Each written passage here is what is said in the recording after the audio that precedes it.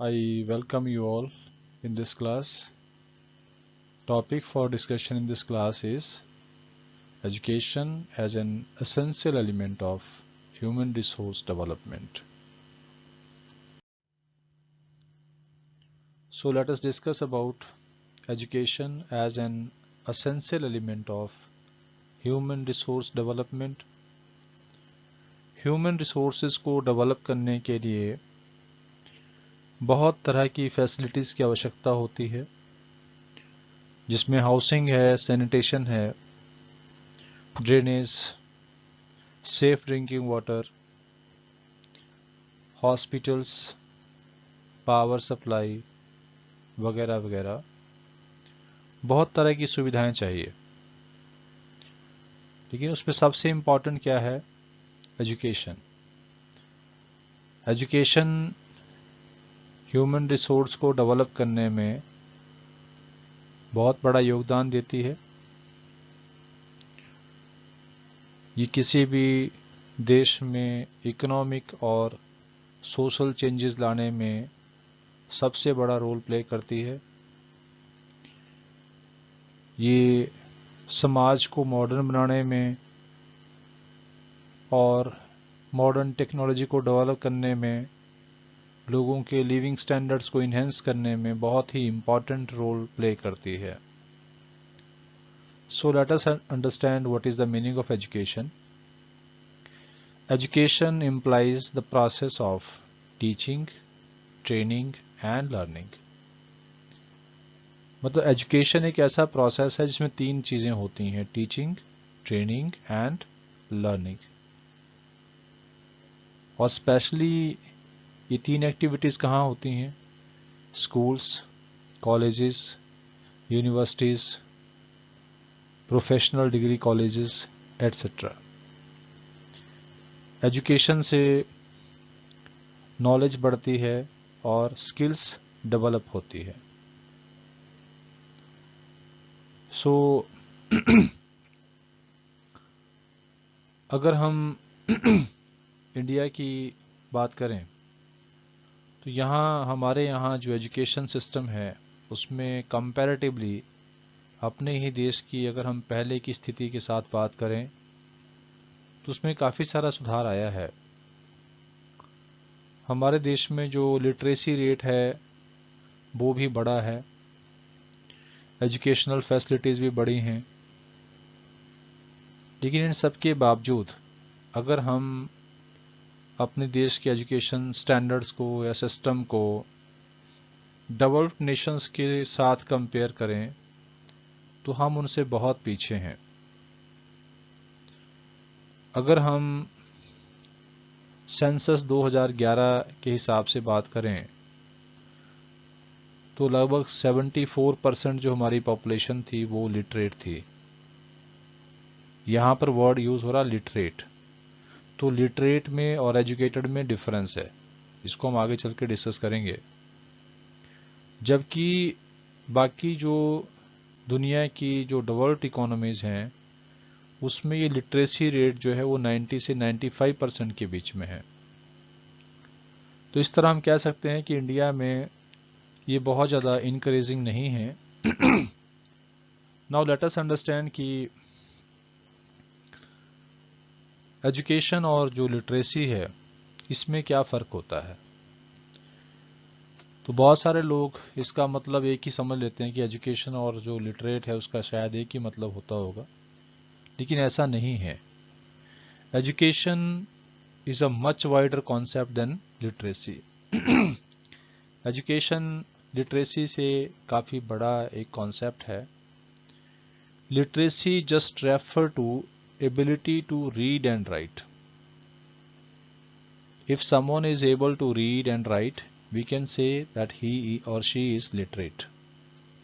अगर कोई लिखना और पढ़ना जानता हो तो उसको क्या कहते हैं? लिटरेट कहते हैं। Education on the other hand encompasses three parameters: primary education, secondary education and higher education. जबकि दूसरी तरफ जो एजुकेशन है इसमें तीन पैरामीटर्स हैं: primary education, secondary education and higher education. तो इसमें सिर्फ पढ़ना लिखना नहीं होता है, बल्कि इससे भी ज़्यादा कुछ होता है। इसमें काफ़ी कुछ सिखाया जाता है। इससे स्टूडेंट का एक तरह से जो मानसिक विकास होता है उसका जो है वो नॉलेज में वृद्धि होती है। वो बहुत सारी चीज़ों को पढ़ने लिखने के अलावा जो है उनके बारे में एक अपना क्रिटिकल एनालिसिस निकाल सकता है, बहुत सारी चीज़ों पे एक्सपेरिमेंट कर सकता है। तो एजुकेशन एक बहुत बड़ा कॉन्सेप्ट है। तो इस तरह हम कह सकते हैं कि सभी जो एजुकेटेड लोग हैं वो लिटरेट तो हैं, लेकिन सभी लिटरेट लोग एजुकेटेड हों ये ज़रूरी नहीं है। सो यही मेन डिफरेंस था एजुकेशन में और लिटरेसी में। लिटरेसी का सिंपल सा मतलब है कि व्यक्ति लिखना और पढ़ना जानता है, वो अपने सिग्नेचर कर लेता है, किसी चीज़ को पढ़ लेता है या लिख लेता है। लेकिन एजुकेशन में वो बहुत सारे सब्जेक्ट्स को पढ़ता है, बहुत सारे एग्ज़ाम्स को क्वालिफाई करता है, बहुत सारे कॉम्पिटिटिव एग्ज़ाम में बैठता है, तो अपनी नॉलेज को इन्हेंस करता है। वो बहुत सारी चीज़ों पर अपना एक क्रिटिकल असेसमेंट निकाल सकता है। So therefore we can say कि एजुकेशन जो है एक बड़ा कॉन्सेप्ट है। तो हमारे इंडिया में जो लिटरेसी रेट है, we are not talking about education, we are talking about here about the literacy. Literacy rate भी हमारे देश में डेवलप्ड नेशंस से काफ़ी कम है। So let us discuss about the importance and objectives of education. First point is education produces responsible citizens. Educated people, they become responsible to themselves, to their family, to their society and to their nation.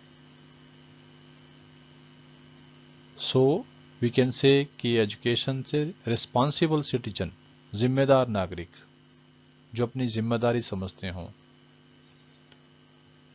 ऐसे नागरिक जो हैं वो produce होते हैं। Second point is education develop science and technology.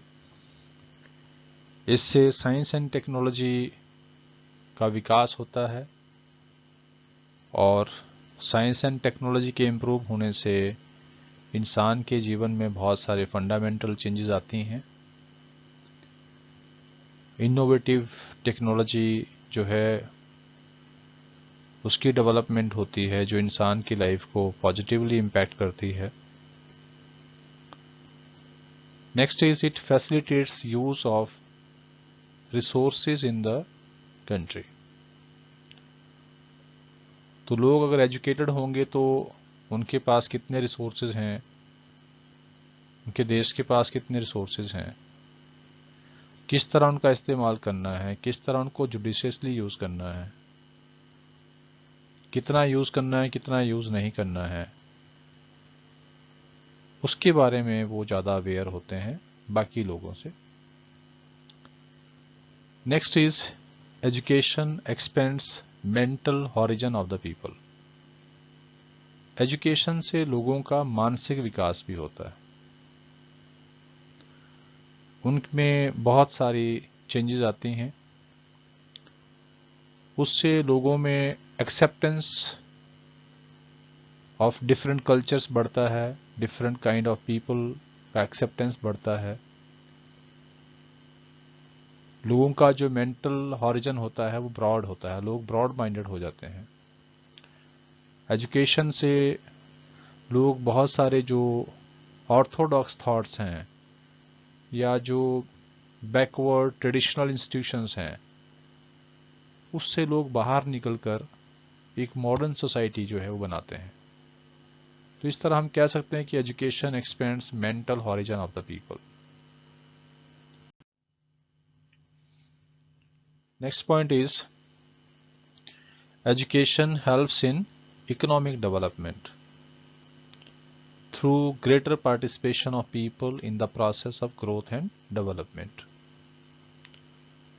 लोग educated होंगे, skilled होंगे, टैलेंटेड होंगे, एक्सपर्ट होंगे अपने काम में, तो नेचुरली है कि रेट ऑफ पार्टिसिपेशन ज़्यादा होगा, लेबर फोर्स में ज़्यादा परसेंटेज लोगों की काम करेगी, प्रोडक्शन प्रोसेस में हेल्प करेगी, और उससे देश का इकोनॉमिक ग्रोथ एंड डेवलपमेंट होता है। Next point is it promotes cultural standard of the citizen. इससे एजुकेशन की वजह से लोगों का जो कल्चरल स्टैंडर्ड्स हैं उनको ये लोग प्रमोट करते हैं, तो सांस्कृतिक विकास होता है। एजुकेशन डेवलप्स ह्यूमन पर्सनैलिटी, और एजुकेशन जो है वो इंसान के व्यक्तित्व का विकास भी करती है। इससे व्यक्ति की जो पर्सनैलिटी है वो इन्हेंस होती है। और इसके बहुत सारे ऑब्जेक्टिव्स या इम्पोर्टेंस हम मान सकते हैं कि लोगों के पास जो है वो टेक्निकल नॉलेज बढ़ती है, बहुत सारे नए प्रोफेशनल्स जो हैं वो डेवलप होते हैं, सोसाइटी को उससे फ़ायदा मिलता है, different type of service providers जो है उनकी सप्लाई बढ़ती है। तो इस तरह से हम कह सकते हैं कि एजुकेशन के बहुत सारे इम्पोर्टेंसेस है, बहुत सारे ऑब्जेक्टिव्स हैं।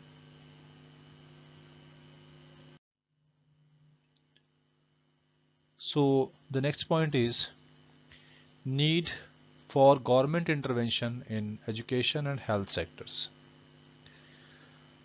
जैसा आप जानते हैं कि इंडिया में एलपीजी पॉलिसीज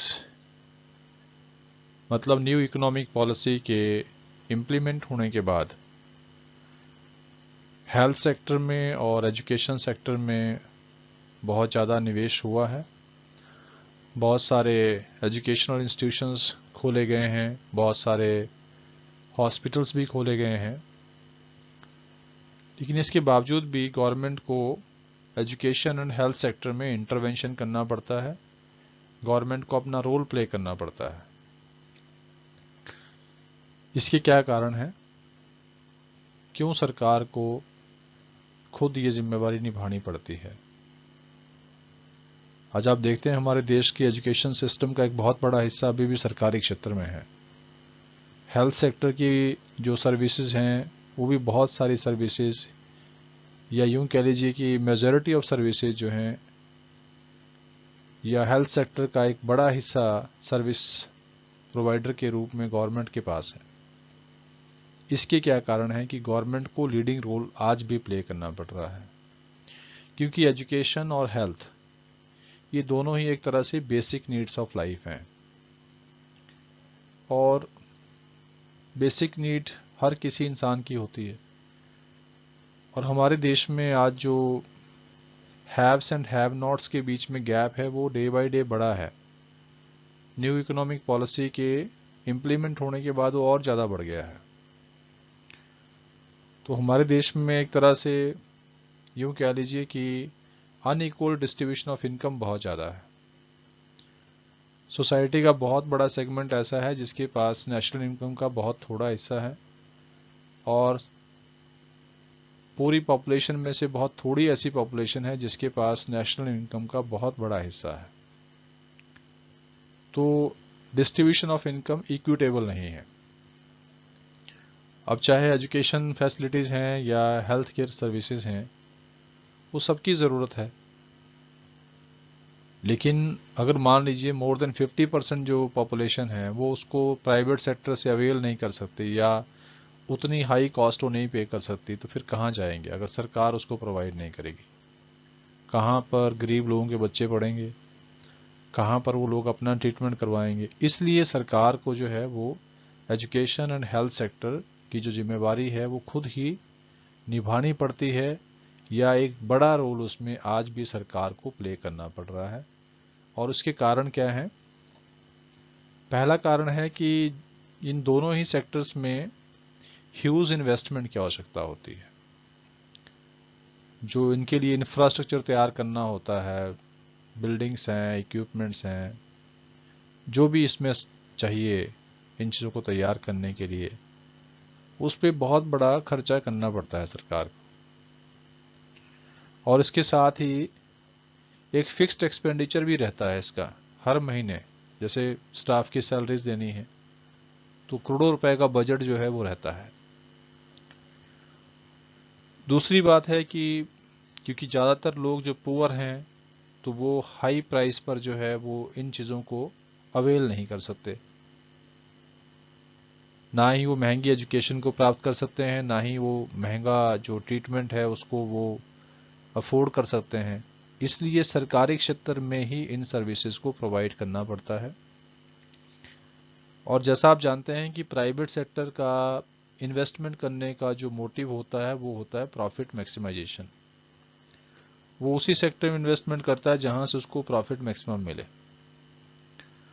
तो प्राइवेट सेक्टर जो है तब तक एजुकेशन और हेल्थ सेक्टर में इन्वेस्टमेंट नहीं बढ़ाता है जब तक उसको परमिशन ना मिल जाए कि वो अपने कॉस्ट ऑफ इन्वेस्टमेंट को रिकवर कर सके। अब अगर वो कॉस्ट ऑफ इन्वेस्टमेंट को रिकवर करेगा तो बट नेचुरल है कि उसको एक हाई कॉस्ट जो है या हाई प्राइस जो है वो चार्ज करने पड़ेगी अपनी फैसिलिटीज़ के लिए। तो इस तरह से प्राइवेट सेक्टर की सर्विसेज बहुत ज़्यादा महंगी हो जाती हैं। देयरफॉर वी कैन से कि जो गवर्नमेंट का इंटरवेंशन है इन दोनों ही सेक्टर्स में, एजुकेशन एंड हेल्थ सेक्टर में, ये बहुत इंपॉर्टेंट हो जाता है।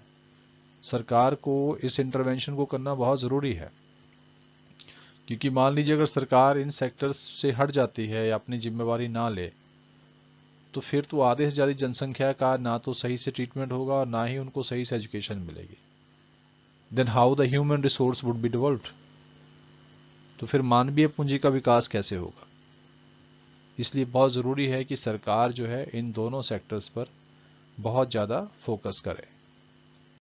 So dear students, if you find this content meaningful and helpful to you, then please share it to other students also, those who can be benefited from this. Thank you.